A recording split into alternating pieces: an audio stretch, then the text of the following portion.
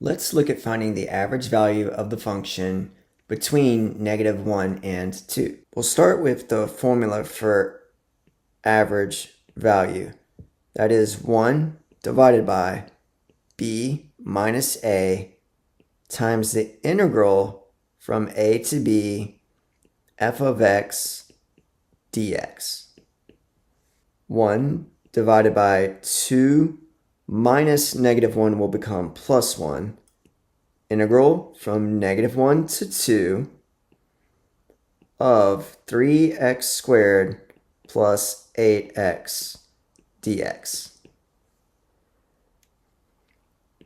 We'll have 1/3, and we need to now integrate the function. We'll get x cubed plus 4x squared, and we're integrating from -1 to 2.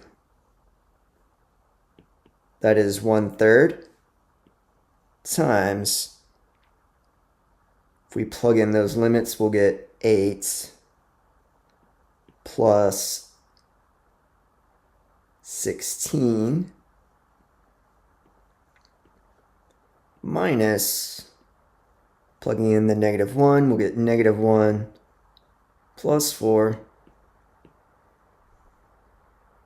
And simplifying this, we get 7.